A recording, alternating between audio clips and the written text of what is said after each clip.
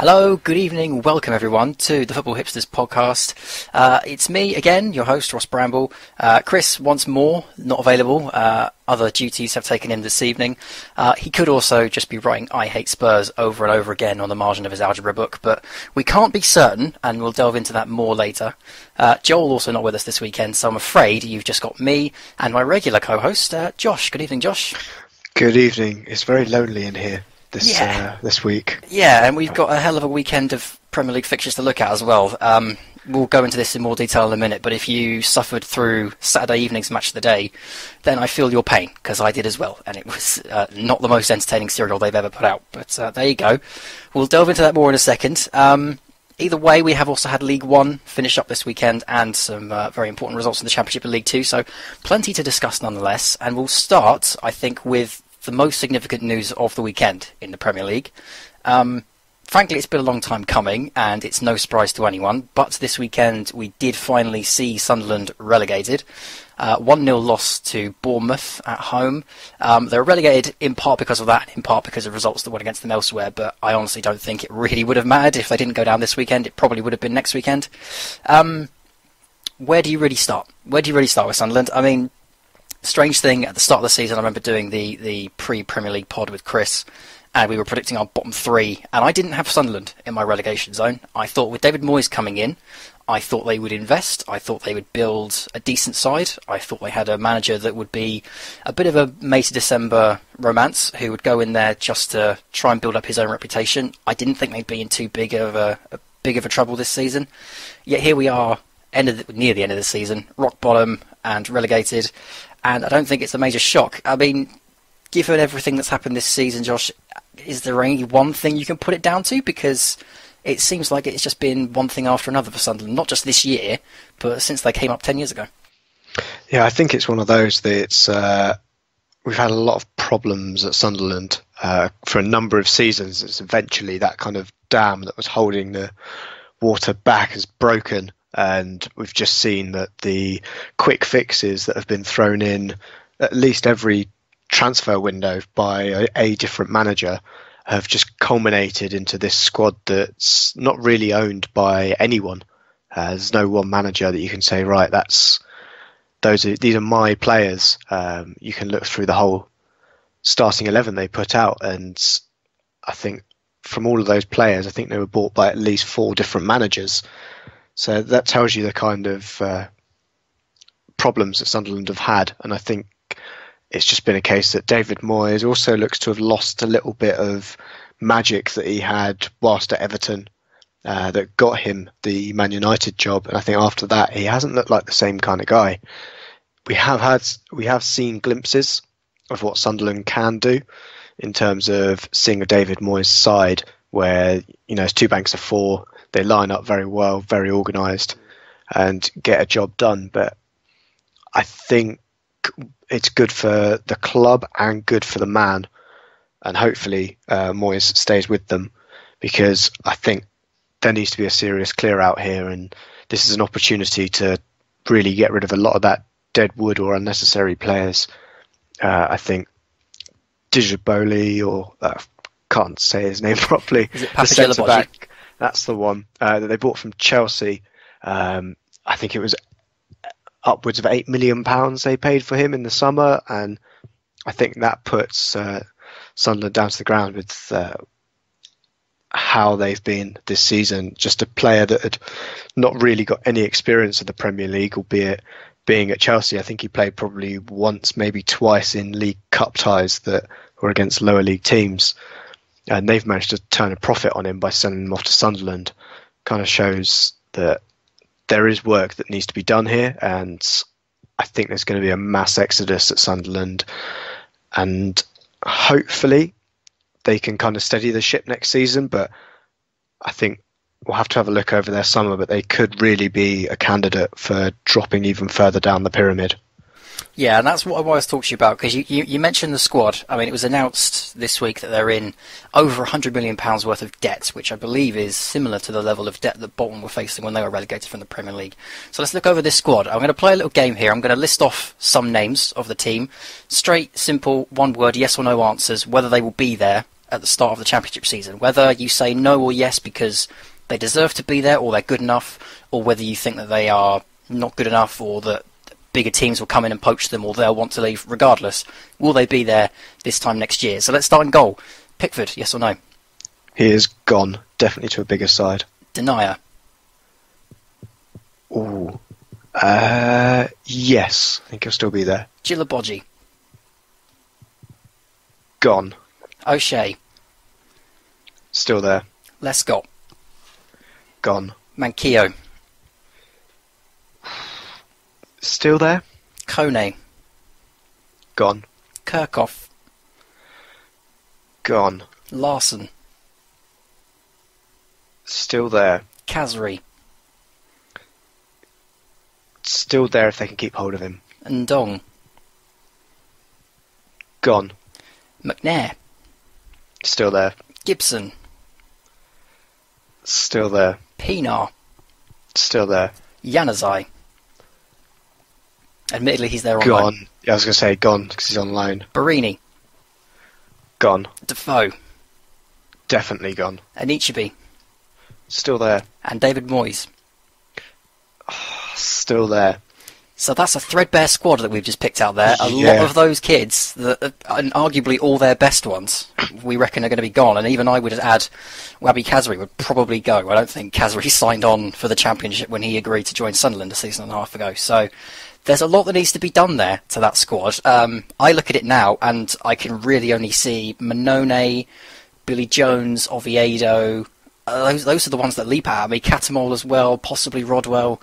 Those are the ones that leap out at me and say, you'll probably be there next season. The rest of them, I think it looks very shaky. So being that we've made that prediction that so many of those players will be gone and they're in £100 million debt plus, what do we think the future holds for Sunderland? Because there are teams that have gone down, they've rebuilt quickly, they've invested, they've come back up. To me, this squad looks like it's going to be in a heck of a lot of trouble, obviously depending on what happens in the summer.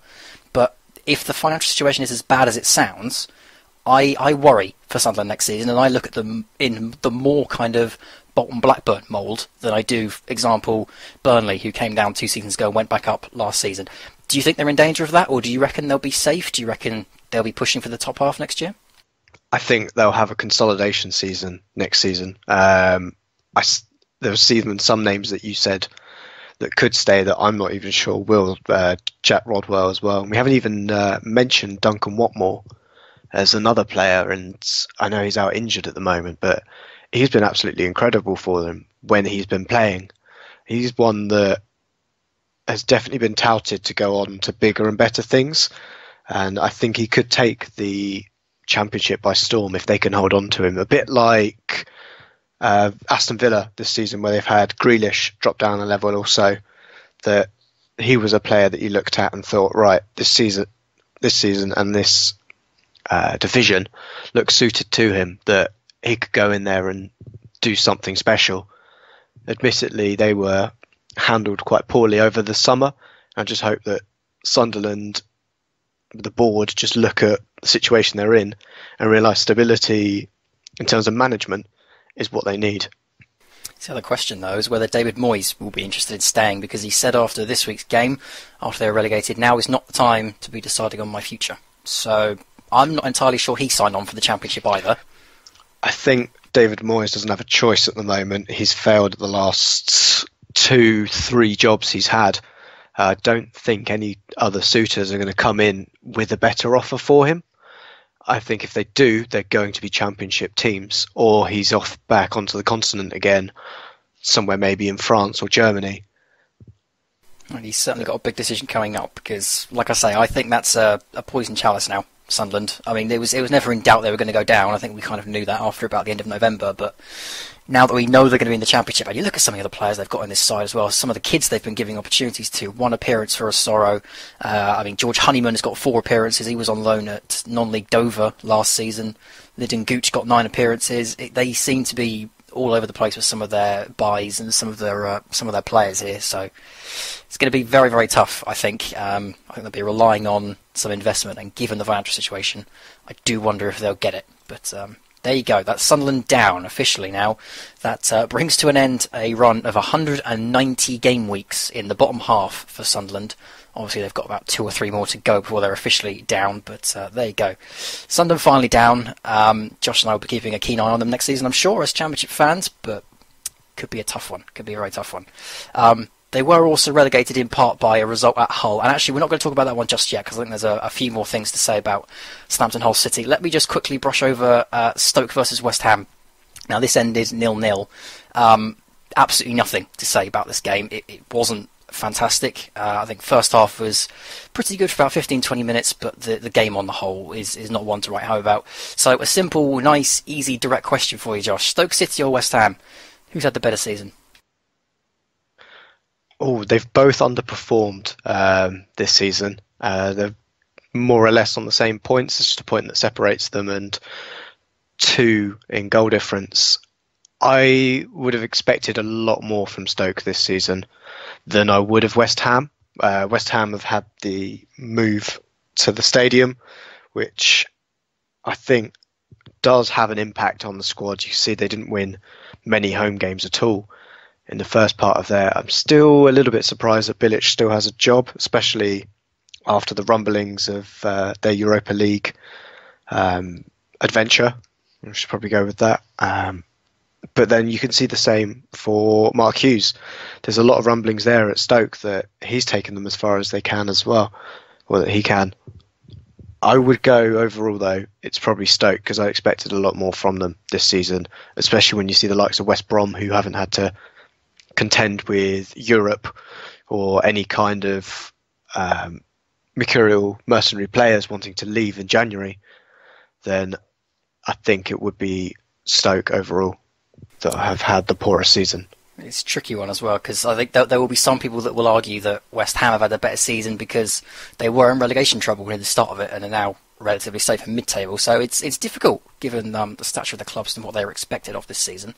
On the manager, I would not be shocked whatsoever to see Mark Hughes go. I think Bilic would surprise me more. But Mark Hughes, I do start to agree with Stoke fans that maybe he has taken them as far as they can go.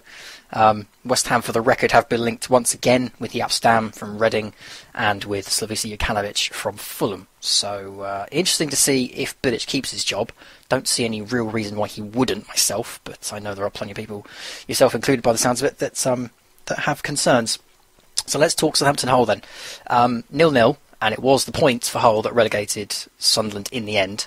I honestly could not care less about talking about the actual 90 minutes. It was dull, it was awful. Hull were absolutely fantastic, and that deserves to be said because they were brilliant in their shape.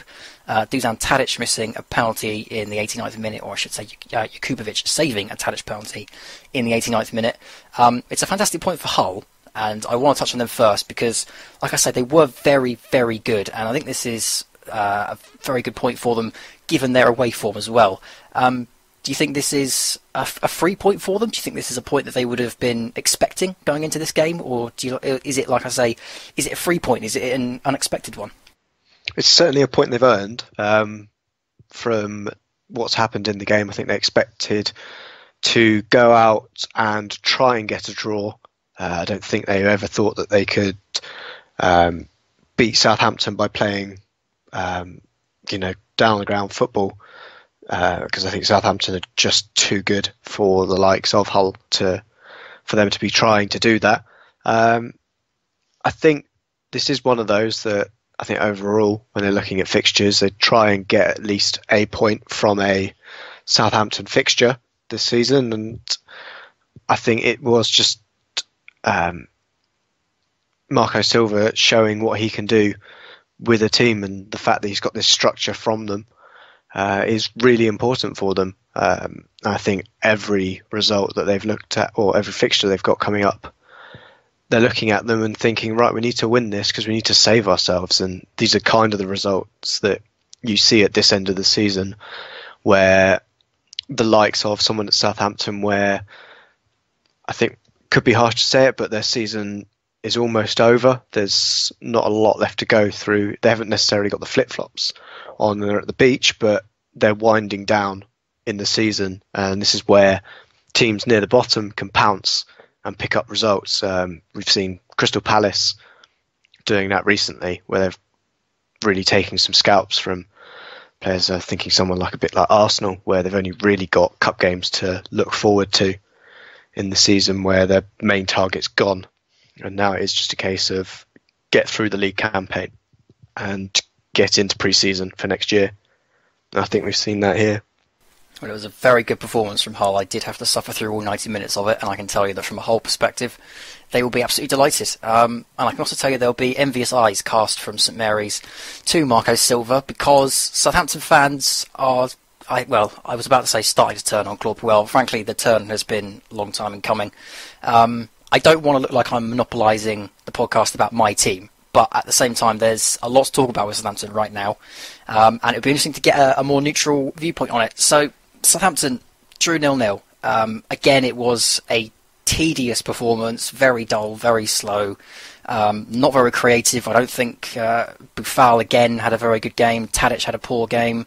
Gabbiadini didn't get many opportunities. He was subbed off on about 60-odd minutes to booed off at half-time, booed off at full-time.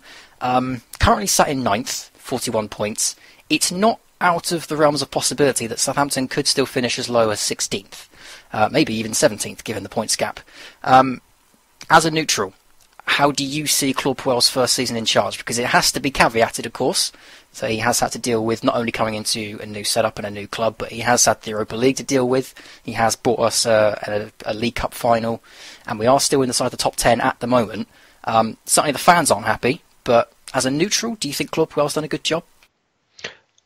I think the league position that you finish in will define that. I don't think it matters what the points difference is between 17th and 9th or so. I think it is just that position. If you finish 10th and it's only because of goal difference that you're there, then I think that sounds better than being in potentially somewhere like 12th because of, being out there, being the wrong side of some goal difference on level points. I think once you get to that point, we can have a look back at the season, and as you say, getting to that cup final, I think that's what I see from a Southampton, someone that isn't really in a position at the moment to push on in the league higher up and challenge for the Europa League spots or the top 4, but can do something in the cups if they get a decent run, especially in the League Cup, where the top teams don't necessarily take it as seriously as they should do. It's certainly an opportunity, as we saw, for Southampton to get into a cup final.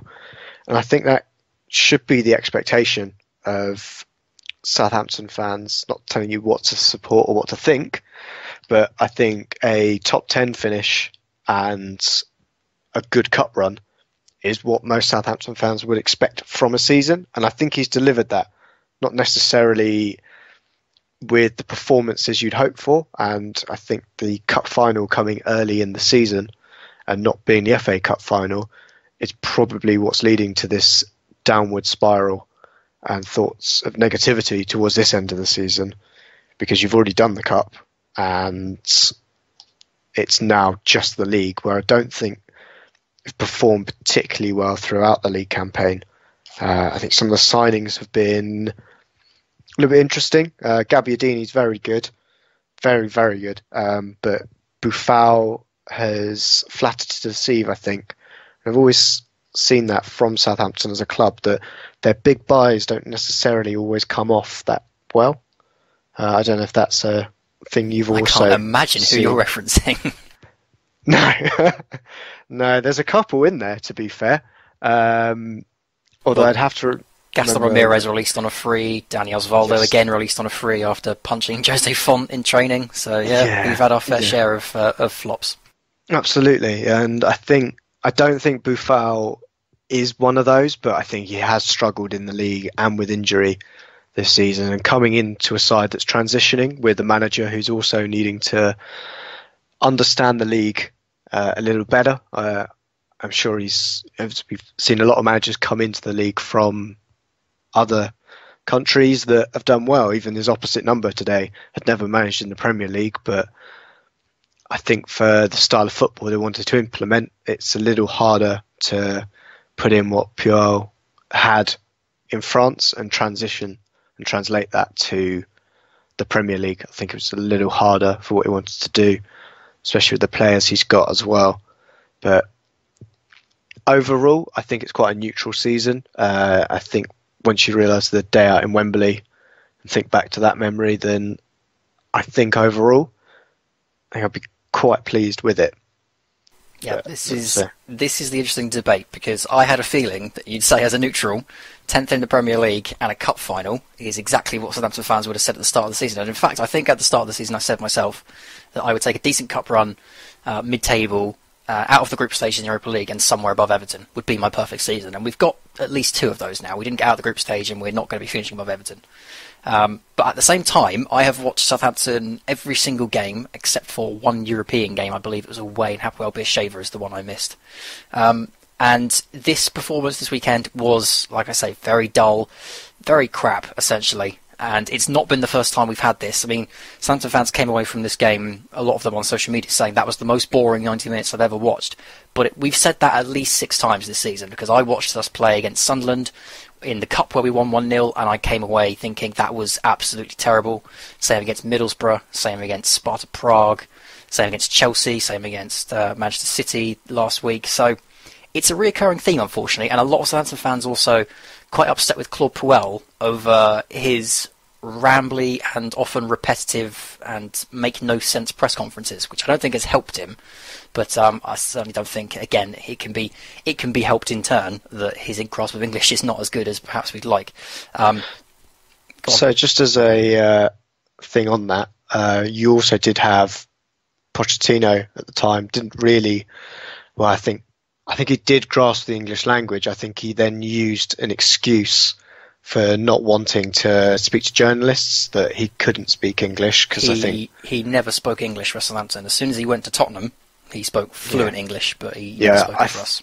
I think he always did speak very, very good English. I think there's a couple of fans I've spoken to who had spoken to Pochettino while he was at Saints and said, yeah, he speaks in fluent English, he just refuses to do it to the media. So whether or not that's something he wants to put in as a defence strategy. But the question I did want to ask on Puel and the season as a whole is, if your performances haven't been great under him, but he still managed to get you a top 10 finish, potentially, and got you to a League Cup final, does that give you good, high hopes for next season, that in theory he should get another year in the job, he should get the team playing how he wants to, and should be able to push on from that position? Depends really on who you ask. I know you're asking me, so I'll give my opinion in a minute. But Southampton fans again have been extremely divided on it, because there was a lot of hope and expectation that once the cup final was done, and once Europe was done, and we were back to playing once a week, we would see the best of Claude Puel Southampton. That was the expectation, and a lot of people thought we'd have a very strong end to the season. We'd have a good run in like we did last year, and we managed to get ourselves somewhere in around 8th. Unfortunately, what happened after the cup final is we went back to the dull, sideways, and frustrating Claude Puel style that we've become used to at Southampton. So I think fans will argue that he's had his chances, and if we were going to see considerable progress within the side, we would have seen it in the past few weeks. My personal preference and my personal opinion on it is that he's done nothing to get himself sacked. He's done nothing wrong, and I think Southampton as a club will not pull the trigger on him because of that. I think if we were someone like Watford, I believe he would have been sacked, or at least he would be at the end of the season. I think Southampton would say, you haven't actually done anything to give us any reason to sack you. My personal preference would be to see Claude leave at the end of the season and bring in someone else. Now, that could change in the next 3 odd weeks, because we've still got 5 games to go. We do have to play Liverpool, Arsenal and Manchester United in that time, but we still have 5 games to go yet because of the various cup runs, etc. So my opinion could change, but as of right now, my personal preference would be to see him leave at the end of the season and bring in someone new, because the style of football has been very, very difficult to get used to, very difficult to get behind, and has been a complete departure from what we've known, not just under Koeman, not just under Pochettino, but all the way back to Nigel Adkins in League One. So that would be my personal preference. Again, that could change come towards the end of the season. But something else that could change towards the end of the season for Southampton, and this will be the last talking point, is possible takeover. Now, this has been something that's been rumbling since about last November, that Katharina Liebherr was considering selling a share in Southampton. Reported this week that the deal is essentially done, barring Premier League clearance. Obviously, some stories in The Sun this week suggesting that our prospective new owner has been involved in bribery back in his native China. 80% of the club would be sold for £221 million, Katharina Liebherr holding the last 20% so she could oversee the transition before selling up completely. You've been listening to some podcasts, I believe, on the Chinese takeovers and their recent investments in Birmingham and Aston Villa and some of the political links. Do you think that if a Chinese takeover was to come, do you think that Southampton are, as a Premier League outfit, a club that would see the best of a Chinese takeover? Or do you think we are still, if it were to come off, of course, do you think we are still in danger of seeing our club go in the same manner as, for example, a Birmingham City? I think it's the way the deal would be structured. It does sound with keeping the current owner on the board for a period of time. I think that will help ease it. It's where we've seen at Birmingham and Aston Villa, also on the continent with both the Milan clubs, that they've looked to pull out almost everybody in the boardroom and put in their own people. And you do need that for a certain point, but you also need to mix it with people that know the game and with people that know the club and can make sure that it's not going to get taken the wrong way, in the likes of looking at some also as well, Cardiff, also owned by an Asian consortium who looked to change things greater than the club. I think in England and most of Europe, clubs aren't very receptive to owners that look at them as franchises like they would in the American market, where you can chop and change things about the team and move them to different parts of the country. And I think if they get it right, I think it could be a very good relationship for Southampton with their new owners. Looking at the reasons why they've picked Southampton, you can see it's a port town. It's got a lot of infrastructure there, and what you've seen with these Chinese owners, they generally have ties to building firms, and they're looking to secure contracts in that area. And having a football club being based there also helps them with, having a good relationship with the town. So any changes they want to make to the city itself are slightly more receptive, because Birmingham, where you've got both Birmingham City and Aston Villa, is going to be the destination or final destination station for the HS2 development. And both of those owners there have ties with building contracts and want to try and hope that having a English business already will help them win those contracts and get more favourable deals, because it's a big project coming up. There's a lot of money to be made in that whole project for that new train line. And a lot of money apparently being flashed in Southampton's direction as well for the summer, if it comes off. That's still stressed that it's not done yet.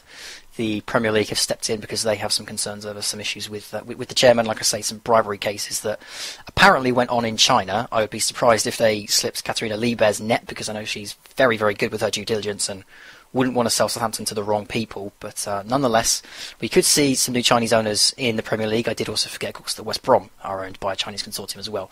And it's to West Brom we'll go next. 1-0 defeat to Leicester City. Essentially, guarantees Leicester City's safety if it was in doubt anymore. For West Brom, though, I mean, there's not a lot to talk about from this game. Jamie Vardy getting the goal on the 43rd minute for Leicester, but for West Brom, they get a very bad rap, West Brom, for being boring and dull, etc. Even going back, to old managers, if you go under Alan Irvine and you go back to Roy Hodgson, they've been accused of being a quote-unquote old-fashioned club for years now. Interesting stat that came out this week. This is the first time in their history that they have gone 5 games in the Premier League without scoring. Given everything that Tony Pulis is and does, not just at Stoke, but even back in his Bournemouth days when he was considered a very forward-thinking manager, he's taken West Brom on. They're going to finish by the looks of things inside the top 10, given a pretty disastrous turn in form. Although let's not forget they are now winless in 5. But West Brom, I mean, do you think that, despite the bad rap that he gets, I know we've just been having this discussion about Claude Puel, but despite the bad rap that Tony Pulis gets, do you think West Brom have actually had a very good season if they can finish inside the top 10? I think they could. There's another shocking stat for Tony Pulis, which is his teams have only won 6 of the 43 Premier League games they have played after reaching 40 points, which maybe looks like it's not necessarily the team that can't push on, but perhaps the manager.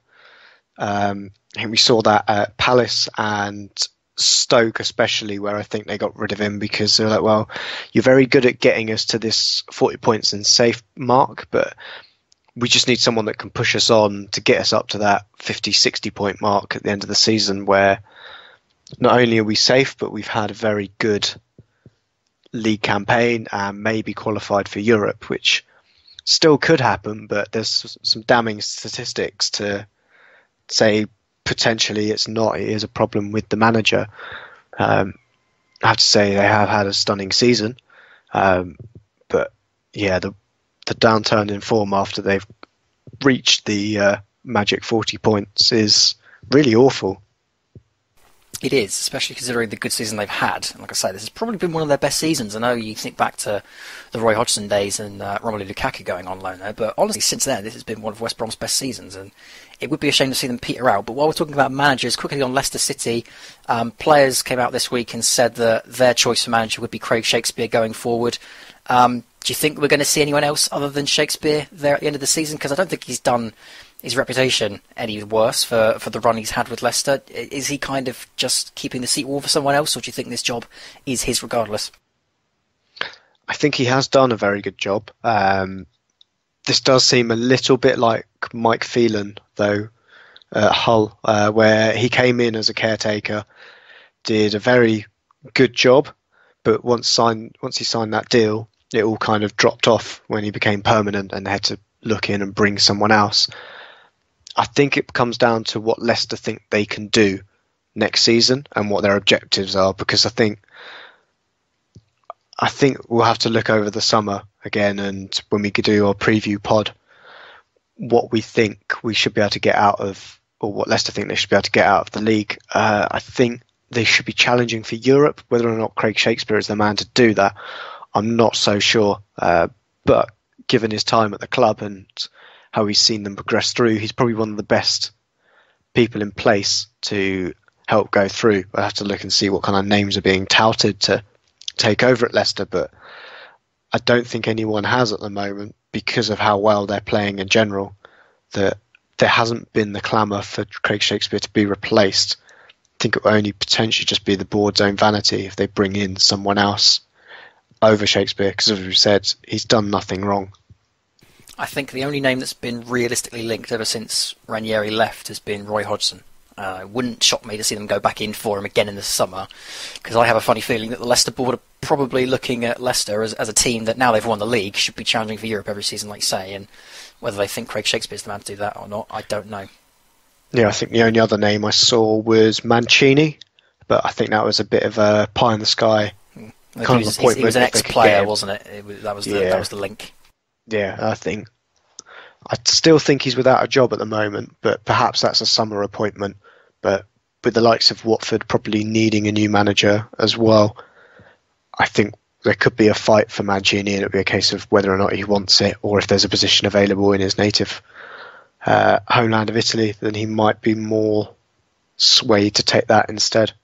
Conceição of FC Nantes was also apparently turned down the job in January. Apparently, he turned it down when the opportunity came up. But again, it will be interesting to see what happens because, like you say, I don't think Craig Shakespeare's done much wrong. But let's talk about one of the biggest moments of the weekend. Set in the clouds, Burnley have finally won away from home in the Premier League this season. 2-0 away win over Crystal Palace. I don't know if you've seen Ashley Barnes' opening goal, but it's a comedy. It's a brilliant piece of footage if you haven't seen it. But how it ends up in the back of the net, I'm not entirely sure. Burnley a win away from home. Is this them safe now? Do we think? Yeah, I think Burnley have got enough about them to make sure if they do need an extra couple of points that they can pick them up in their remaining 3 games. I think we've seen from them that they can just completely shut up shop, and they've got 2 games against West Brom and West Ham as the final game of the season at home. We know how good their home form is, so if they really want to turn it on, I think they can definitely get 4 points in the rest of the season and really secure that place and get a nice high finish in this table, especially with how close it is at the moment. That, you know, a couple of wins for them and they could realistically be up somewhere near 9th and have a top 10 finish. And I think for what Sean Dyche has done this season and the fact that they are a promoted side, that their top 10 finish would be an incredible achievement for them. What about Crystal Palace? I mean, they did lose Mamadou Sakho in midweek in the defeat to Tottenham. Some reports saying it's not as serious as it looked. Some saying it's his season done. We have only got 3 games to go anyway. Do you think they're still safe considering we've only got 3 games left, or do you think that this is another result that pushes them still a little bit further into the scrap that's starting to develop between Swansea and Hull? Again, I think it's another team that does have enough about them to really get a result if they need it. However, saying that, they do have to play both Manchester clubs in their last couple of games, and they've also got Hull coming to them on the 14th. So that does sound like they don't necessarily have enough there or enough opportunities to rack up any more points if they do need them. But I think with Allardyce at the helm and the fact that he has shown in recent weeks that they can beat the big sides and get those unexpected points. We saw them beat Liverpool, Arsenal and Chelsea in that time. So I think there is an opportunity for them. However, both Manchester trips are away from home. So that's another thing to throw in there, that they haven't got the home crowd to help push them on, that 12th man. But I think we will get the M23 derby next season. And I'm sure you're delighted at that news. Although, if you can take your Brighton cap off for just a second, another cheeky, direct, honest question. Given a summer with Sam Allardyce, do we think Crystal Palace are a top 10 team next season? I don't think they are. I think they'll be looking certainly mid-table, but it's where you kind of start mid-table. I would probably go somewhere between 8th and 14th. So without me saying that they're going to finish in the top 10, probably between 10th and 14th. I think they'll eventually finish next season. I think they can push on from their final finish this season, where they've come in. They're not conceding goals once Allardyce had his appointment. So long as he doesn't do anything stupid over the summer, I think he'll still be there. I think with some more signings, because he's made some very astute signings during his time there, albeit very short and without much opportunity, I think they can push on and have a better finish to the league. Because there are a couple of players that I think do need to move on. The likes of Loic Remy being one of those who made a bit of a cameo appearance in this game.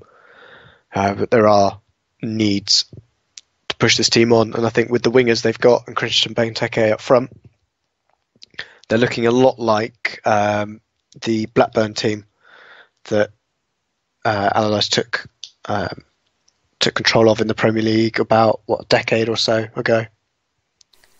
It's a very good shout. Actually, I hadn't thought about the comparison to Blackburn. Stories again that possibly that Wilfried Zaha, Benteke, and Yohan Cabaye could all be on their way out over the summer. But again, it depends entirely on the kind of business they do.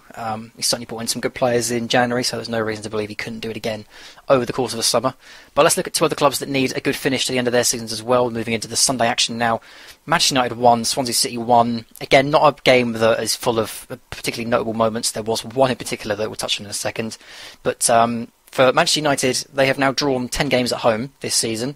Fifth time they've drawn to a team inside the bottom 10. Swansea, a hugely important point. I think it's fair to say that they wouldn't have expected a point from this game, but nonetheless they've managed to get one away from home. But the thing I really want to talk about from this game is the Rashford incident. Now, a lot of people came out on social media and immediately started talking about how, because he's English, we're not going to talk about it.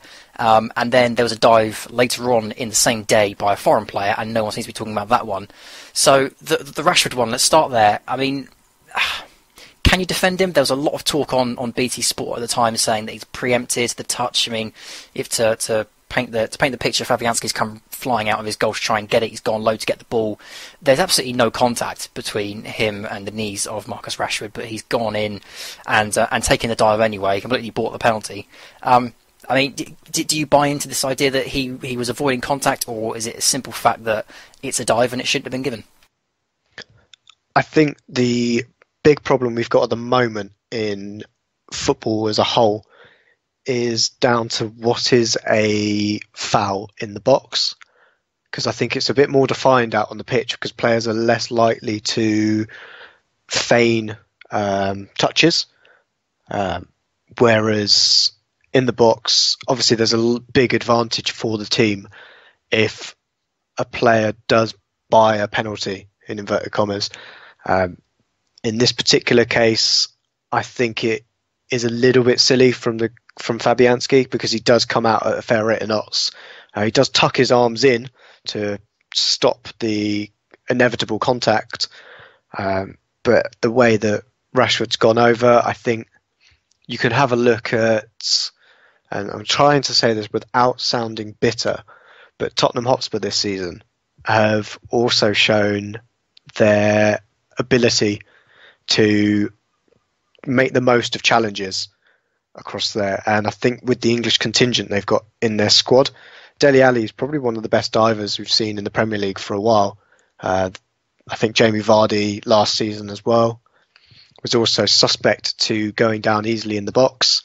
And the Harry Kane penalty in the Arsenal game, I think it's your definition of the word trip. And I think the Oxford English Dictionary has a different definition to the one of football, because I believe the dictionary says a trip is a touch that causes a player to, or causes somebody to fall over. And I don't think there's enough in this incident for Rashford to break his stride and therefore fall over. And I think that's where we're seeing a different part of the rules. And if we do want to bring in video technology, we really need to get this sorted out first to define what an actual penalty is and what a trip is, what contact is in the box.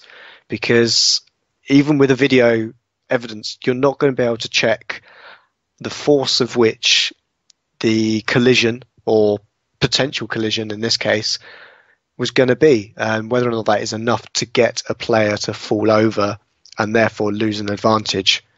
Because we've seen players score goals in previous seasons where the players had enough where you could say, oh, he could have gone down there, but he's stayed on his feet because he hasn't been tripped. He's just really just been knocked off balance, which isn't a foul, and has still been able to get a shot away, and in most cases scored goals. I'm thinking Theo Walcott against Newcastle when he got his hat-trick a couple of seasons ago, where he was taken out off the ball, but you look at it and go, well, that might be given as a foul if it wasn't in the box, but he continues and scores a goal. And I think the penalty wouldn't have been given if he'd gone over. I think that's probably the biggest issue we've got, which is only just now getting to be started to talk about. And I think the problem will probably arise in other leagues that trial video technology before the Premier League, because I think Serie A are bringing it in for the next campaign. I think MLS have got it in certain competitions, and the A-League certainly have it, but I haven't really been looking up on how the trials are going, and it's something that we should look and be interested in, how well these trials are going, and whether or not they've actually come to a definition of what is and what isn't a penalty, depending on the amount of contact that's there. I think it's also going to be trialled in the World Cup next year. I think I remember reading that, so that will be a high-profile stage for it to be used in. For the record, I'm not going to backtrack on what I said the other week. I've always grown up with one of my favourite wrestlers of all time, Eddie Guerrero, teaching me that if you're not cheating, you're not trying. So I'm not completely against diving, but there's a certain art to it. Like you say, I think Dele Alli has kind of mastered that art. Jamie Vardy certainly did last year, but Rashford this weekend was pretty poor at it. Something that wasn't very poor in this game, just briefly before we move on to others, Gylfi Sigurdsson, a beautiful free kick to level things up for Swansea. Did interest me that Ander Herrera was standing on the line exactly where he decided to put it. There must be a rule against Ander Herrera standing on the line when a free kick's taken, but that seemed strange to me. It was almost like Gylfi thought, right, if you're going to stand there, then I'm going to put it over your head. I mean, I'm guessing you've seen it. It's a wonderful take. Yeah, so I think I'll just describe it. What happens is there's a couple of players line up for Swansea. Ander Herrera drops out the wall, backtracks to stand on the line to help David De Gea in any potential need if the ball does drop onto that side. I think one of the free kick taker or potential free kick takers then drops away, and it's left with Sigurdsson. De Gea kind of ushers Herrera off the line, says, "Nah, mate, get out of the way, I've got this," and evidently has not got it. As Herrera trots back into the wall, Sigurdsson just pings it over the other side of the wall and into the empty net where Herrera would have been probably standing. Whether or not he would have been happy to put his face on the line to stop it, I'm not so sure, because it was hit pretty quickly and with a bit of power behind it. But it's one of those little magic moments that you get from football every so often, and no doubt will be highlighted on Match of the Day and other highlight shows. And we'll be highlighting another free kick from the Championship this weekend that reminded me a lot of this one. But there must be a rule that says Ander Herrera can't be standing on the line when that free kick's taken, because... With the only advantage that they're getting from it is that, okay, they can stop it, but that whole zone behind the wall is now free for a runner. Yeah. So I think it was Teddy Sheringham, if I think rightly, for Spurs, when they did something like that, where they had a lot of runners and he just dinked it over the wall, and then the player was left with a one-on-one with the goalkeeper, and you'd have a similar scenario that if they wanted to, Swansea could easily have just dropped onto the penalty spot and whipped a ball in, because Herrera would have been playing them all onside. Yeah, I don't know. Like I say, I'd be interested to know if there was a specific rule, but if they could have gotten away with that and had Herrera on the line, then it would have been a much more interesting free kick. But as it is, it seems curious to me that Gylfi put it exactly where Ander Herrera would have been. It was almost as if he was saying, right, if you're going to stand there, fair enough. But let's move on from Swansea and Manchester United. Let's move on quickly to another game that I don't really want to spend too much time talking about, because I don't think there's much to say about it. But Everton 0, Chelsea 3. Put the pressure on Tottenham in the late kick-off in the North London derby. The only thing I did want to mention about this one was N'Golo Kante, won PFA Player of the Week this week. I don't know if he was the deserved pick. That's a matter of opinion. But one thing I did want to mention about it, anyone that's listened to me for the past year and a half on this podcast will know that my favourite part of football is defending, and most of my favourite players are somewhere in and around either the back line or holding midfield. And N'Golo Kante is someone that I really do enjoy watching. The question I wanted to ask, I suppose it's a bit tongue-in-cheek, and I suppose it's almost a bit like I'm gilding the lily here, but nonetheless, N'Golo Kante has made the position of holding midfield sexy again. I think the last one to really do that was probably Claude Makélélé. Is there a possibility that in 10 years' time there could be a new wave of holding midfielders who will go into interviews and say, you know what, when I was growing up, my favourite player was N'Golo Kante? Do you see that, or am I reading too much into a good player playing for a team that really helps him showcase his strengths? So I think my biggest gripe would be calling him a holding midfielder. I don't think he is. I think he's just a box-to-box destroyer. I know I'm pulling her hairs here, but I think that is the case. He's not a holding midfielder. He's a bit more destructive and operates slightly higher up in the field than Makelele ever did. Makelele was more of a screen, where I think you let N'Golo Kante go off and he breaks play up high up the field and then plays it on to his mate or a playmaker behind him to then distribute the ball, whereas I think Makelele always played a forward pass when he won the ball, because he would have had someone like your Zidans, your Frank Lampards, your Mikel Ballack in front of them that can take the ball off them and play that pass there. What we've seen is the rise of a deep-lying playmaker, and what N'Golo Kante has now found is he can destroy higher up the pitch and help with that forward press that we've seen that's come into vogue since probably Barcelona did it a little bit under like the Cruyff years, but Pep Guardiola took it to a next level when he came and really brought a forward press. We've seen it through Germany as well with Klopp, that the first line of defence starts at your number 9 and works its way back, as opposed to the defensive midfielder being really the first point of contact for a defensive player, and then you're into the centre backs and fullbacks. But I would think that Kante is probably the first player to really do this destructive forward, this destructive midfielder that's playing higher up the field, and I think he does play a different position to that Makelele did. It'd be interesting to get probably watch as the French national team to see what they think about that, because I think that's what they've seen from him, that Kante doesn't necessarily work that well in the national team because they don't have a deep-lying playmaker in that squad that can really play the ball out from it once Kante has won it, and he's had to look to play more forward passes. If you look at Matic's stats, I've put my teeth in for that, the stats of Matic over the beginning of the season, he was getting a lot more of assists and was the assist or leading assist maker in the Chelsea squad, because Kante would win the ball, play it back to him, and he'd play that through pass. And I think Fabregas has also benefited from that, because he's also been deployed in a deeper role behind Kante. It's a very good point. Holding role may be an incorrect term to accurately define N'Golo Kante, and I would be fascinated to hear Lana come on and discuss Kante with us at some point. I think that would be a very entertaining hour for all. Yeah, absolutely agree. I think she's definitely got some interesting views on Kante. Probably don't hold him in such high regard as yourself. No, I think he's an excellent player, N'Golo Kante, and I certainly think what he's doing at the moment is one of those styles that I think other managers will point to some of their midfielders and say, that's who I want you to play as. And I think we've seen that already with someone like Francis Coquelin at Arsenal. So it wouldn't surprise me if in 10 years there are managers that come out, or players that come out and say, we're looking for an N'Golo Kante kind of role, or he inspired me. But at the same time, to play devil's advocate to my own point, you don't really hear too many people coming out and saying, my favourite player was Claude Makelele, despite how good he was in his role. So interesting one. But nonetheless, PFA Player of the Year this year. Everyone will have their own opinions, but certainly very good in his role. So final game that I want to touch on before we get to the main event really of the weekend was Middlesbrough 2, Manchester City 2. Middlesbrough with goals from Alvaro Negredo and Callum Chambers, Manchester City getting 2 from Aguero and Gabriel Jesus.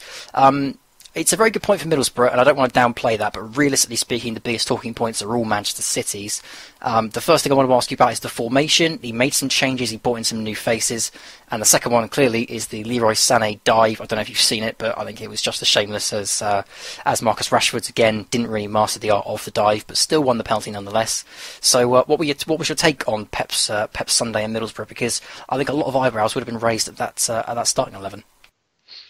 Yeah, I think he matched up Middlesbrough like for like in their formation. I think he went out with a 3-4-1-2 in the end, which we saw Arsenal do against Middlesbrough a couple of weeks ago. And although the defence wasn't necessarily that good, they still managed to get a good game out of Middlesbrough and get the team to actually get out of their own half and allow them to do their thing.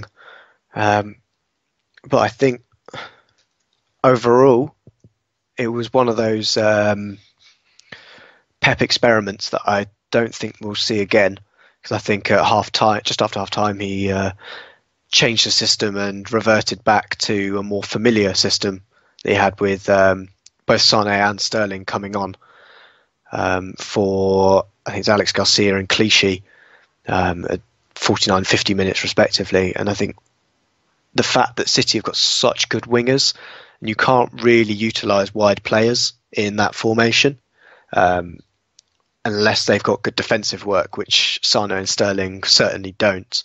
Just where we saw Jesus Navas, who has been playing right back for City for, I think, a couple of months now. You've seen Zabaleta doesn't appear to have the legs for it anymore.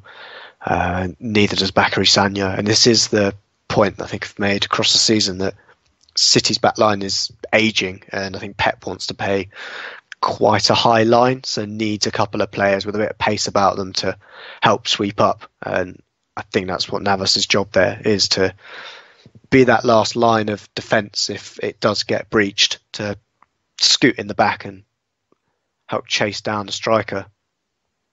Well, like I say, it was an interesting experiment from him, and I suspect that if you are anti-Pep, it would have been one of those results, one of those performances that you will look at and say, yeah, he's not done it, but there you go. I think he's more than entitled to have a little bit of experiment at this point in the season. Top four isn't guaranteed, but he's certainly still one of the favourites for it. Yeah, I think he's got to rebuild this defence this summer, because he didn't do it in the previous summer. He was too busy rebuilding the attack. And he does need to make these experiments to make sure the players that he's targeting are going to fit the systems that he wants to try and play, because I think we will see Pep change systems through games, even within the games, and having those players that can adapt to different styles mid-game is what he'll be looking for when he goes out into the transfer market. He can have any defender but Virgil van Dijk, as far as I'm concerned, and I'll be interested to see how they do next season, because I know there are a lot of people even within our humble podcast that are looking forward to seeing how they do next season to properly judge him. But we can put it off no longer. Let's talk North London derby. Tottenham Hotspur 2, Arsenal 0. I thought it was a pretty flat derby, especially for the first half. I managed to miss some of the second, but the first half I thought was very, very dull, very flat. Tottenham missed a couple of very good opportunities. Second half, it kind of all died down inside 3 minutes. Dele Alli with a goal on the 55th minute. Harry Kane with a penalty on the 58th. I know you have some opinions on the actual award of the penalty. Personally, I thought it was pretty stonewall, but I'm sure we can get into that in a minute. On a broader note, though, is this, I mean, as Arsenal fans, was this to be expected? Was this one of those results that if you had taken off your Arsenal hat, you would have looked at and thought it's probably going to happen? Or does this just hurt regardless? Is this just one of those games, one of those performances that you just can't forgive? I think when you come into any derby game, we've seen from the position of being as an Arsenal fan that you've looked at Tottenham and gone, well, yeah, they're in a rubbish run of form, but it's a derby and form goes out of the window for that. And it's just a case of we were on the receiving end of Tottenham fans looking at Arsenal going, well, they're in an awful run of form and we're playing so well, this should be a walkover. But I'm sure they were nervous before the game that there is always that point in a derby where you're a bit like, oh, not really too sure about how this could go, because the form book goes out of the window. And in the first half, I think it was a very cagey opening half. I'm sure other Arsenal fans will have opinions on what went wrong, who was to blame for this performance. I did think as a derby, it missed out on some of that bite and venom that you'd expect. Now, whether or not that's a thing that is just going to happen now with modern football, that with all the players living in a very close-knit city, that it is inevitable when you've got that much money, there's only certain, a handful of places that you can get into where you're not going to be bothered. And generally, you'll see players from other London clubs in the same establishment, so they're probably a bit more friendly, less inclined to hate each other.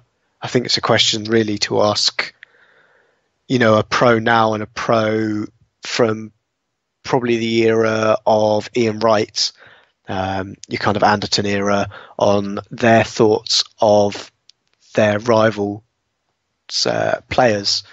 So I'm sure there was always a case where they looked at them and said, no, I wouldn't even interact with them in the streets. And there was that real venom behind it. But I think this derby did seem rather neutered to a point. I think Michael Oliver wasn't necessarily having the best game he's ever had. I don't think he's strong enough for the derby. I think there were Tottenham and Arsenal have both been known in recent weeks to throw in quite a few niggly fouls. And I think he was picking up on the wrong ones on both sides of the field for which ones he should be blowing up on and which ones he should be just letting go and playing advantage. But it's probably not an easy game to referee. But overall, Tottenham were fully deserving of their victory. In the first half, they had two very clear-cut chances that they should have buried, both coming from fortuitous deflections, as they were trying to put either shots in that then turned into crosses that always ended up with Dele Alli missing a gilt-edged chance and Eriksen clipping the top of a crossbar when the ball dropped kindly for a volley, which I think if you'd picked any player from the Tottenham team to have that chance, you'd think the one with the best technique, and arguably that's Christian Eriksen, who you would have expected to have scored that. The 2-0 scoreline, I think, is almost flattering to Arsenal, because Petr Cech had an absolutely fantastic game. This probably his best game of the whole season. I have been critical of his performances, especially early in the season, and it was nice to see that we have still got a goalkeeper there who can put in world-class performances when required. I think he was just not helped by the dominance of Tottenham. I think throughout their team, I don't think any of their players played particularly badly. It was even the case where Victor Wanyama is looking like a creative box-to-box midfielder that that as a team you're not doing particularly well when he's out there playing outside of the boot chances or passes. I'm sure you'd agree with that from his time at Southampton. He wasn't necessarily the cultured player in the midfield. So overall, Tottenham very deserving of their victory, and I think if you look at it on paper, it's second beating sixth, and with the run of form they've had behind them, I think they're now 13 games unbeaten at home, and I think it's maybe they're on to, I just have to think, I think it's because they've got 3 games left, I think this is their 10th straight victory as well, so I think they just need another couple to beat the record, which is currently held by Arsenal, I believe, for the most consecutive victories in the league. First time in 22 years that Tottenham will be finishing above Arsenal. That's now mathematically guaranteed. Another simple, honest, direct question for you then. Arsenal, regardless of whether it's the board that makes the decision or whether it's Arsene Wenger that makes the decision, whenever there is change at Arsenal, are Tottenham Hotspur one of the clubs that they should be looking to emulate, considering everything that Pochettino's done since he's gone in there? Yeah, I think there is certainly need for change at Arsenal. Whether or not we should be looking at Spurs for inspiration on that point, I probably would disagree, as they've made some very interesting managerial appointments over the tenure of Daniel Levy and Joe Lewis.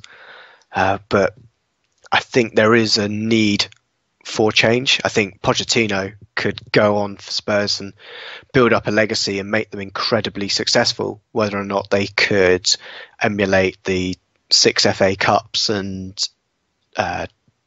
2 league wins and an invincible season, I don't think they could. But I think there is still an opportunity for Arsenal to turn the tide. I don't think Tottenham will ever put together a run in my lifetime where it is 21 times that they'll finish above Arsenal.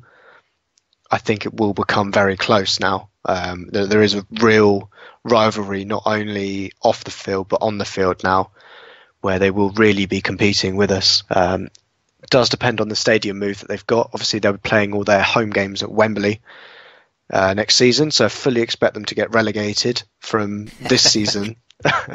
This season's performances they've put in there. It's one of those now when anyone gets a win at Wembley, it's always the stat, now got more wins at Wembley than Tottenham this season. I think Anthony Joshua is the latest person to get into that Hall of Fame after his win last night. But that aside, I think, Tottenham have been absolutely superb this season. It's whether or not they can hold on to their players and their manager, because I think they're such a collective unit at the moment and such a great system that any breakup in the environment could lead to a bit of a problem. Like the ecosystem of Tottenham is a bit of a problem. It's a bit like the rainforest. You introduce something or take something away, and the whole thing breaks down. And I think there'll be a lot of suitors, probably, I think, across the next 2 transfer windows for Tottenham players. I think Kyle Walker's been touted for a move to Manchester City. I think Dele Alli is a bit too young to be going to somewhere like Real Madrid at the moment, because they generally pick up their superstars at 25. Just thinking of Gareth Bale, David Beckham, Kaká, Zidane. When they all made their moves, they were around 25 when they went there, and I think he's just a little bit on the young side. But that also throws Harry Kane into the mix, and whether or not someone wants to stump up the kind of money that it will cost to get Harry Kane out of Tottenham, and it's also a case of whether or not he wants to go as well. I think it could be, if Real Madrid is the same destination. Obviously, there's a lot of links between Tottenham and Real Madrid, more than just Modric and Gareth Bale making the move across. But there is a link now, I believe, that was established between the 2 clubs as part of the Bale deal. Overall, it'll be very interesting to see what happens on that side of North London. Just as a general fan of the Premier League, as well as Arsenal fans in general, will be looking at them and seeing what they can do. Yeah, I suppose, again, to play devil's advocate to my own question, I think Tottenham could probably be looking at Arsenal as an example of how to handle a stadium move, because their summer and indeed next season is going to be huge for them in terms of their progress under Pochettino. I think should also be said there's still games to play on the Monday night. Watford versus Liverpool. I mean, that could go any which way now. We know that Liverpool are not brilliant against teams in the lower end of the table, but still one to watch out for if you are interested in either Watford or Liverpool. Before we wrap up on the Premier League, then a quick look at the table. Chelsea still obviously far and away in the lead in the title race, 4 points clear still. Tottenham on 77 and Chelsea on 81. Liverpool, Manchester City make up the rest of the top 4. Manchester United outside by a single point. Arsenal still on 6th.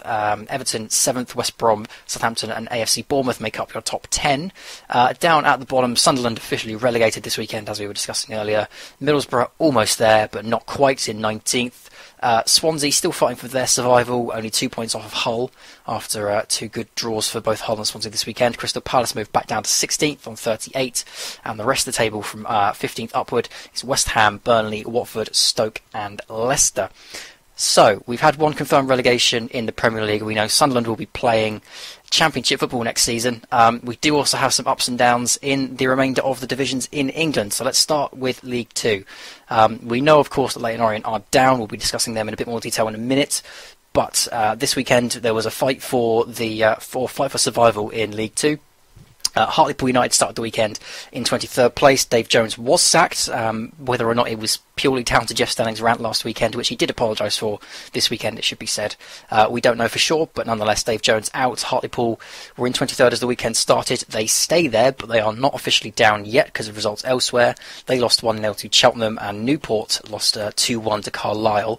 So that means that the fight for survival will go to the final weekend. Newport hosting Notts County, and Hartlepool going away to Doncaster Rovers, which is a big fixture for Hartlepool and a very tough one. So unfortunately, you get the feeling that Hartlepool may be the ones to go down. But stranger things have happened. The top 3 is all done and dusted. We already know that. Plymouth, Doncaster and Portsmouth are up. The only question now is who will win the league. Plymouth are top this weekend on 86 points. Doncaster down to second on 85. Portsmouth on 84. So any of them could still feasibly win the division. The final games for those teams, Plymouth have Grimsby. Doncaster, as I mentioned, have Hartlepool. Portsmouth have Cheltenham. So, and again, another difficult one to call, that one, but you probably get the feeling that all three of them would fancy their chances next weekend. And if all three of them get the same result, it will be Plymouth that go up as champions. But again, stranger things have happened. We could yet still see Portsmouth winning the league. The playoffs, still an absolute mess. There's still about 4 or 5 teams all the way down to about 13th that could still feasibly make inside the top 7. But Luton and Exeter City have confirmed their places this weekend in the playoffs. Exeter, we've documented their rise over the course of the season. They were bottom of the table in November, now all the way up to 5th and guaranteed a place in the League Two playoffs. So the League Two season finishes next weekend. This weekend we saw the end of the League One season, which means that we have some confirmed ups and some confirmed downs. Port Vale have been relegated alongside Swindon Town, Coventry City and Chesterfield. They will be all playing in League Two. Port Vale relegated by a 0-0 draw to Fleetwood. That 0-0 draw also means that Bolton Wanderers, who also won 3-0 in their final home game against Peterborough, they go up with Sheffield United automatically. The playoffs now locked with Scunthorpe, Fleetwood, Bradford and Millwall. Now they kick off, I believe it's this Thursday, May the 3rd, May the 4th, something in and around there. So we now know it will be Scunthorpe versus Millwall, Fleetwood versus Bradford, and we'll discuss in just a second who we think is going to be escaping those playoff positions. But those are your 4 in the League One playoffs this season. The Championship, we had another confirmed relegation this weekend with Wigan losing 1-0 to Reading. They will now be playing League One football last season. Of course, they were there last year as well. They'll be joining Rotherham. We still don't know who the third team is going to be yet, because the fight to stay up is getting extremely tight now. Blackburn Rovers won this weekend, 1-0 over Fulham. Forest managed to beat QPR 2-0, and Birmingham City also picked up a 2-0 home win over a much-changed Huddersfield, it has to be said. They made 10 changes in preparation for their playoff run. So that now means that the 3 teams fighting to stay up are, as indeed, Blackburn, Nottingham Forest and Birmingham City. All 3 teams separated by just 2 points. Birmingham host Bristol City, Forest play Ipswich and Blackburn play Brentford on the final weekend next weekend. So, and again, another tough fight. We'll discuss in a minute who we think is staying up and who's going down. We do know who's going up at the top, though. Brighton and Newcastle will both be going up automatically. Newcastle guaranteeing their promotion this week. Still don't know who the champions are going to be yet, though. Brighton have had 2 bites of the cherry. Still can't get it done. This weekend, they managed to lose to Bristol City. It was 1-0, I believe, full time. Newcastle closed the gap to a point with a very good win on Friday night. 2-0 home win. I can't think of who it was now. Cardiff City is who they beat. 2 very good goals, including a fantastic free kick from the Chelsea loanee, whose name escapes me now, Christian Atsu. That's who it was. And a very good strike from Isaac Hayden as well. That should be said as well. So that will now go down to the final weekend as well. It will be Brighton versus Aston Villa and Newcastle versus Barnsley to decide who goes up as champions. The playoffs as well, essentially done. Reading, Sheffield Wednesday and Huddersfield all confirmed. Fulham all but confirmed, barring a massive 13-goal swing. Leeds United do not look like they're going to be able to catch them. So your playoffs now look like they're going to be Reading, Sheffield Wednesday, Huddersfield and Fulham. Now just depends, of course, on which way they finish. Depends on who will get who in the playoff semi-finals. So, with all that wrapped up, let's quickly talk League Two. Not a tremendous amount I want to talk about in League Two, but we do have to mention Leyton Orient. Now, because we're obviously at the end of the season, I'm mainly just discussing the confirmed ups and downs as we get to the final weekend. But Leyton Orient deserve a mention this weekend, Josh. 3-1 down to Colchester United in their final home game at Brisbane Road in the EFL. With 10 minutes to go, and like I say, the score at 3-1. Fans stormed the fields, sit-down protests against Bichetti and his ownership, flares and smoke bombs and other pyrotechnics used. Players cleared off and managers taken back.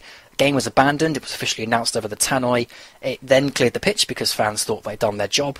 And 2 hours after it was abandoned, the game was restarted and played behind closed doors for the final 8 minutes. Now, the reason was given because obviously Colchester are still in the running for a playoff place, and the 3 points to them was hugely important. It's not like with Blackpool, I think it was last season, they had their final game of the season called off because of fan protests, and it was just outright scrapped because the points were needless for either side.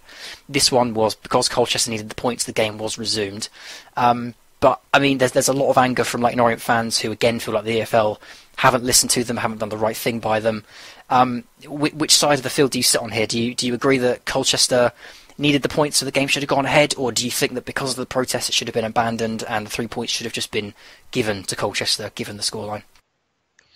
Well, I think the referee in that situation was, I think I'm going to go with the word cheeky for the way that he managed the situation, to go to the lengths of all the stewards, hanging the nets up, taking the corner flags away, that they all, moved on and then just took back to the field a couple of minutes later was crazy. But I think that everything that has culminated in this season is completely deserved against the board. The club and the fan base is at absolute tipping point before this game, with how the club has been managed and the fact that they are just spiraling into the abyss and into non-league football, or so to say national league football. I think overall it was I think the best way to describe it was the final game at Brisbane Road was one last dirty trick pulled on the Orient supporters, and really does just sum up their whole season, really, and the last couple of years at Orient. I think from a Colchester point of view, they need to get the points on the board, and it was going to happen to any team, and I think they do deserve to have the points given to them, and they do need it, because as much as you're going to try to derail your own club, that shouldn't be at the mercy or at the expense, so that's the word I was looking for, of the opposing team, who haven't really asked for the whole situation. But overall, I think, as I say, it was that one last dirty trick pulled on the Orient supporters. Yeah, I think that's the thing about it, is I'm personally pro restarting the game because Colchester needed those points, but I do completely agree. You can't help but feel for those Leyton Orient fans who thought they'd made their point, getting on the field, calling off the game. It was a message not just to the ownership, who, by the sounds of things, hasn't been there since November because he was offended by one of their protests, but also to the EFL, who have really let them, or really hung them out to dry over the course of the season. It does feel like a slap in the face, one last one for Leyton Orient fans. So yeah, I do completely agree with that, unfortunately. League One then, like I say, we've guaranteed our top two and our bottom four now, and the playoffs. So Port Vale will be joining Swindon, Coventry and Chesterfield in League Two next season. Sheffield United, I should say, and Bolton Wanderers going up automatically. The playoffs, as I say, Scunthorpe versus Millwall, Fleetwood versus Bradford. Out of those four teams, do you have a favourite early doors? I mean, we'll obviously have to see how they do coming around this Thursday, but do you have a particular gut feeling as we go into these playoffs? So probably all fans of the top four probably don't want us to assign our favourites, seeing as what we've managed to do to Leeds United since we last tipped them to win the playoff. However, I'm going to put my 10 cents on Fleetwood Town to get through the playoffs. I think they could be the dark horse to make their way through. I have to say Millwall are another option to get through that playoffs. I think, though, I'm going to go with Fleetwood Town. It'd be interesting to see what your thoughts are. I'm exactly the same, actually. I think Fleetwood are probably favourites for it. I suspect the final will be Fleetwood versus Millwall. If it is, then it could go any which way because they're two very good sides, but I also have a gut feeling about Fleetwood. They've been very good. And if there's three teams that, in my opinion, have played the best football over the course of the season, it would be Sheffield United, Bolton and Fleetwood. So for me, it's probably going to be Fleetwood Town. But again, you just never know with playoffs. I get the feeling Millwall will make the final, but at that point, it's a one-off game and anyone could win it. But certainly my pound on my three playoff winners would be going on Fleetwood and two more. So let's quickly talk Championship then. Wigan relegated, the bottom three almost set now, like I was saying there. It's going to be decided between Blackburn, Nottingham Forest and Birmingham. Split by 2 points, Blackburn on 48, Nottingham Forest on 48, Birmingham on 50. Like I was saying a minute ago, final fixtures, Birmingham versus Bristol, Forest versus Ipswich, Blackburn versus Brentford. Do you have a pick at the moment for who do you think is going to be filling that third slot? Because I don't fancy Blackburn in the game against Brentford myself. See, I don't fancy Forest to get out of it. I think Blackburn can get a point from Brentford. I think their season is all but wound up from Brentford's point of view. I think they can only really gain a single position, maybe two. It's Norwich and Derby above them by 3 points. But I think overall, I think it will be Nottingham Forest that do succumb to the clutches of relegation, and we'll see Blackburn just sneak out of this. I think Birmingham are safe to a point because of the fact that they're 2 points clear and they've got to expect Nottingham Forest and Blackburn both to win, and I don't see that being too likely. Nottingham Forest and Blackburn have both struggled to win games across the whole of this season, which is why they're in the position they are. And I think Birmingham are just about safe, but I'm sure Harry will also go for a win in that game just to make sure that they are safe. But yeah, I'm going to go with Nottingham Forest. Very tricky, very, very tricky given the fixtures they've got. I mean, we saw Bristol City put in a fantastic performance against Brighton, which we'll discuss in a minute. They'll be facing Birmingham, and that seems a very tricky fixture all of a sudden. Forest versus Ipswich. Ipswich are a decent side. I think they're very good, but I think they'll certainly give Nottingham Forest a tough fixture. And then Blackburn versus Brentford. Like I say, I think Brentford are a very good attacking side. So they've all got tough tasks ahead of them, but eventually it's got to be one of them. So yeah, the fact that Forest are playing at home could help them in this. Blackburn have got to go away to Brentford, which could be slightly harder. Well, I say this for the sake of Nottingham Forest fans. I say this for the sake of all the fans, really, but I hope it's not your side, and I certainly hope it's not Nottingham Forest, because they will get raided for some of their young talent. Ben Brereton and Ben Osborne leap out at me immediately. But let's look at the top half of the table then. We'll quickly touch on the title race. I don't want to spend too long on it, because I think the playoffs are more interesting at this stage, but Brighton Hove Albion, again, like I was saying there, 2 bites of the cherry against Norwich and this weekend against Bristol City. All they needed was a win. They haven't been able to do it. 2 defeats in a row now. It's opened the door for Newcastle. The point gap is literally that. It is only now a point. Brighton versus Villa on the last day. Newcastle versus Barnsley. I mean, as a Brighton fan, I suspect you'll go in optimistically, but I mean, it's gotten very tight, and it seems like Brighton are desperate to try and throw this away. Do you think you'll have enough to get the league title, or do you think this will slip from your grasp? I think, to be honest, going to Villa will be very difficult on the last game of the season. There's not many supporters in the stands. I was at the Bristol City game yesterday. There's not many that think we'll get anything more than a point away at Villa. And fully expecting, how you get those occasionally on the last game of the season where the trophy is dashing up and down the motorway depending on how and where the goals are going in.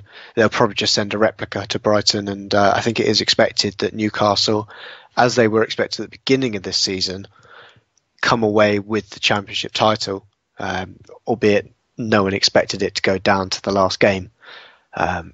Brighton, in the last couple of games, I think almost everybody at the club, I certainly did expect Brighton not to win against Norwich. Just to put your bets on it, because the team had been out partying for a good number of days, and it was a bit inevitable that the hangover was there. It appeared the hangover was still at large against Bristol City. There are a number of players who I think Houghton's put out there to say, right, we're playing in the Premier League next season. Show me why you should still be at the club when we go up, because he's going to need to bring in some first-team players. And I think the likes of Jiri Skalak and Kyle haven't really shown a lot. Kyle was obviously player of the season last year for Brighton. This year he had a dodgy injury near the beginning of the season, and now hasn't looked to have recovered from that, and it could be with the fact that Ollie Norwood is in behind him at the moment. It's only through Kyle's performances from last season that are really keeping him as a starting player in that midfield. Is really what's keeping him there, because Norwood was absolutely fantastic last season for Reading. There's also another number of players who are out of contract, and when they were doing the lap of honour, I would probably have been more tempted to stay if they went anti-clockwise around the pitch, but they went clockwise, so we're going away from me in the side of the stand I was. Away, innit? Yeah, and I probably would have stayed if there was a trophy presentation at the time, but it was bloody freezing. So I got what I needed to hear from Dale Stevens and David Stockdale, where they didn't really ask him on what they were doing with their future, but it was that was the questions we need answering now as Brighton fans. Is David Stockdale going to stay there? And is Dale Stephens going to stay? Because as soon as that question is answered, we then either need to reposition the transfer dealings over there one way or another, of whether or not we need to replace a destructive midfielder, or whether or not we also need to replace a first team goalkeeper who arguably this season has been the best goalkeeper in the league.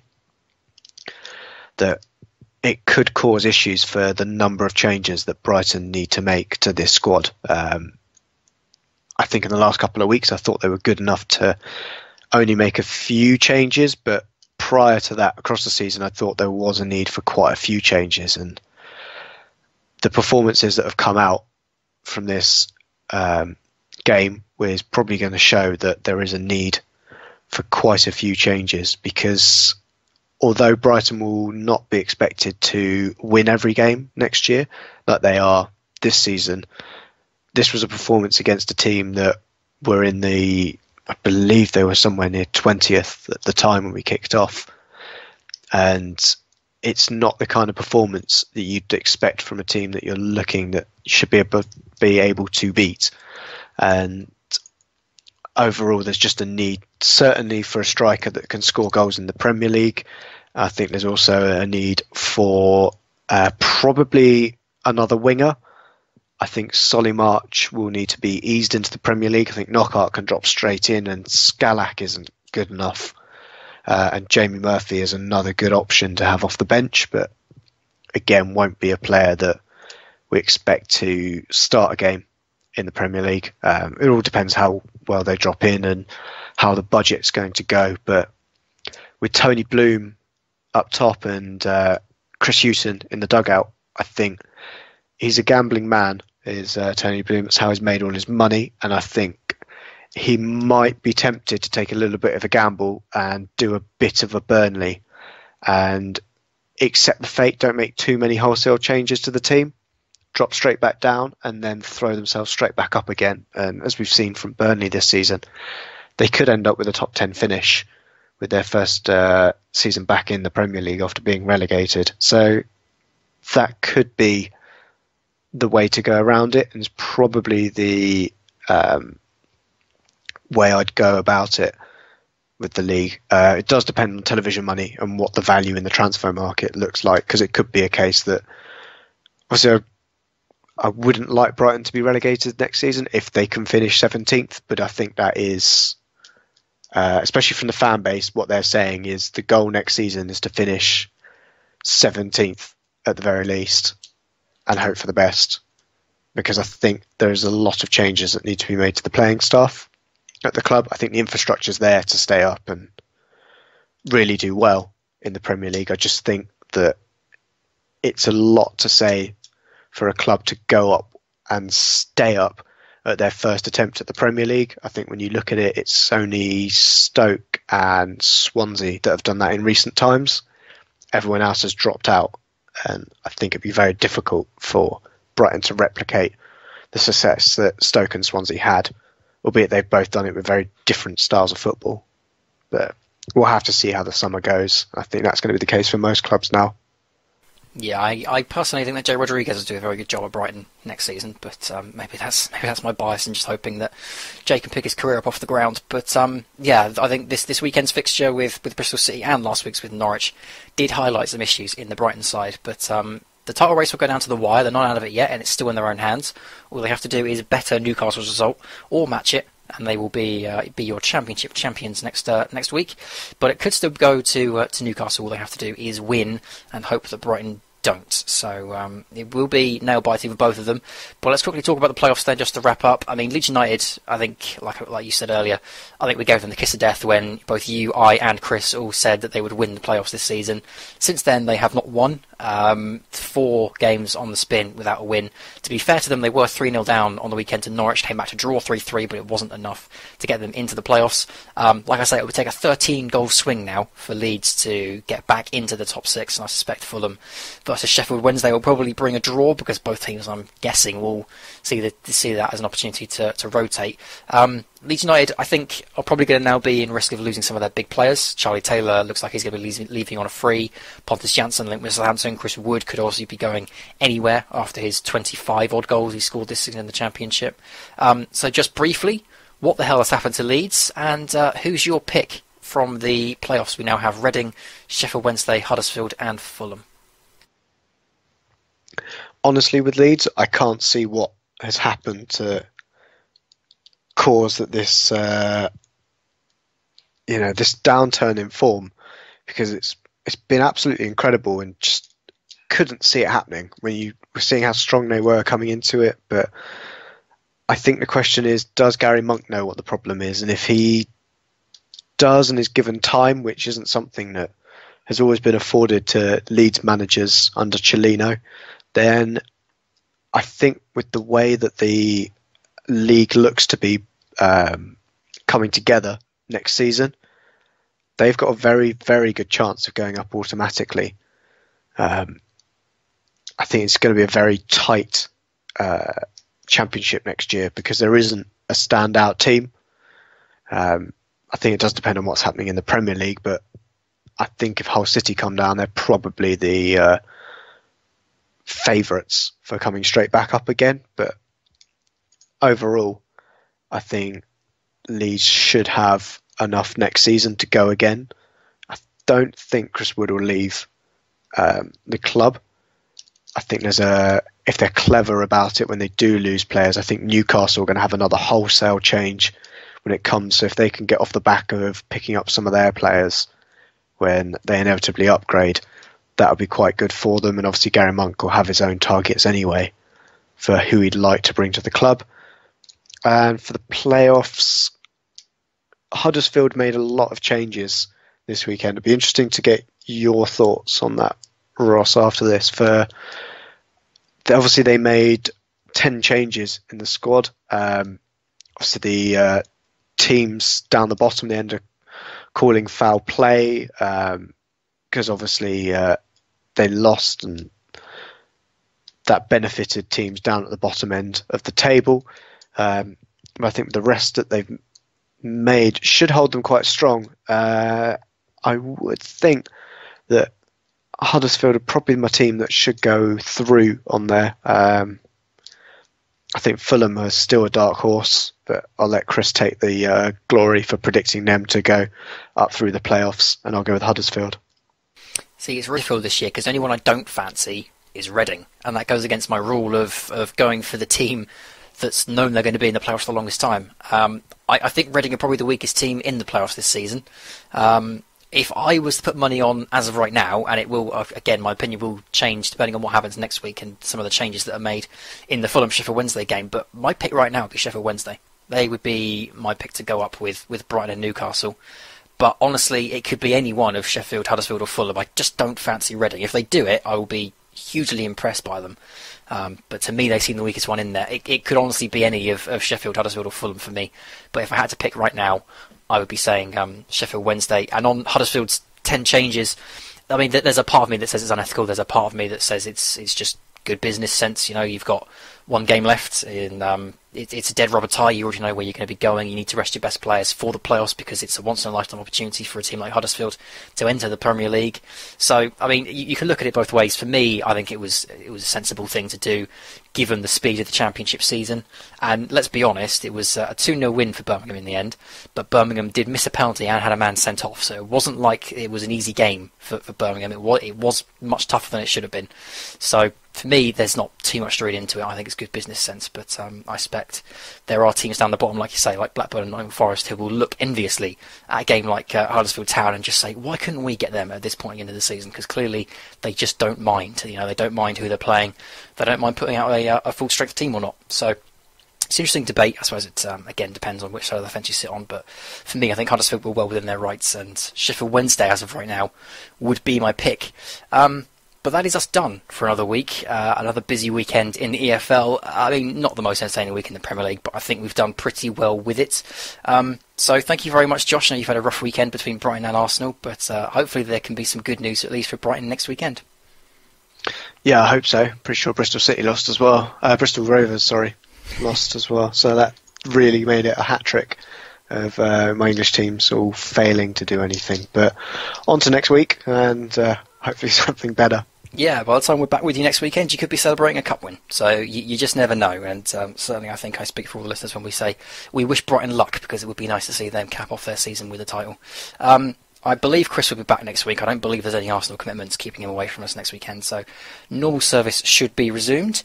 In the meantime, thank you very much for listening. Enjoy your week of football.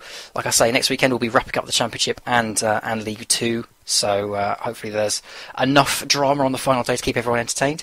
In the meantime, thank you very much for listening. Keep your beard strong and your glasses trendy. Got that out first time. And we'll see you next week.